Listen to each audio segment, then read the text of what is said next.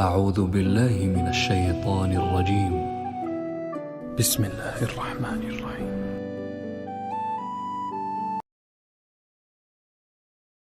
شروع اللہ کا نام لے کر جو بڑا مہربان نہایت رحم والا ہے۔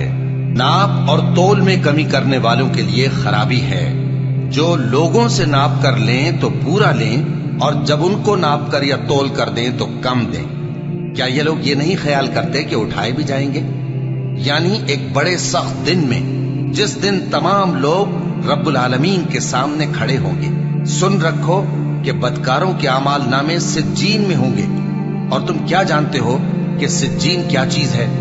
ایک دفتر ہے لکھا ہوا، اس دن جھٹلانے والوں کے لیے خرابی ہے، یعنی جو انصاف کے دن کو جھٹلاتی ہیں، اور اس کو جھٹلاتا وہی ہے جو حد سے نکل جانے والا گناہگار ہے۔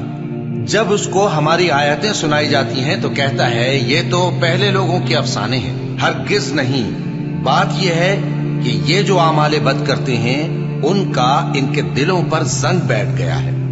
بے شک یہ لوگ اس روز اپنے پروردگار کے دیدار سے اوٹ میں ہوں گے، پھر یہ لوگ یقیناً دوزخ میں جا داخل ہوں گے۔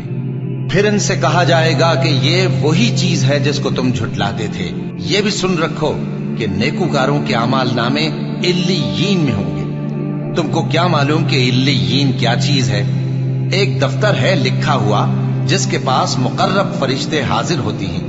بے شک نیک لوگ نعمتوں میں ہوں گے، تختوں پر بیٹھے ہوئے نظارے کریں گے، تم ان کے چہروں ہی سے نعمت کی تازگی معلوم کر لو گے۔ ان کو شراب خالص سر بمہر پلائی جائے گی جس کی مہر مشک کی ہوگی۔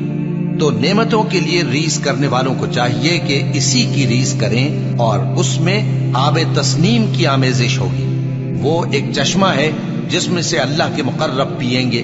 جو گناہگار یعنی کفار ہیں وہ دنیا میں مومنوں سے ہنسی کیا کرتے تھے، اور جب ان کے پاس سے گزرتے تو حقارت سے اشارے کرتے، اور جب اپنے گھر کو لوٹتے تو اتراتے ہوئے لوٹتے، اور جب ان کو یعنی مومنوں کو دیکھتے تو کہتے کہ یہ تو گمراہ ہیں، حالانکہ وہ یعنی کافر ان پر نگراں بنا کر نہیں بھیجے گئے تھے۔ تو آج مومن کافروں سے ہنسی کریں گے کہ مسندوں پر بیٹھے ہوئے ان کا حال دیکھ رہے ہوں گے۔ آج کافروں کو ان کے کاموں کا پورا بدلہ مل گیا نا۔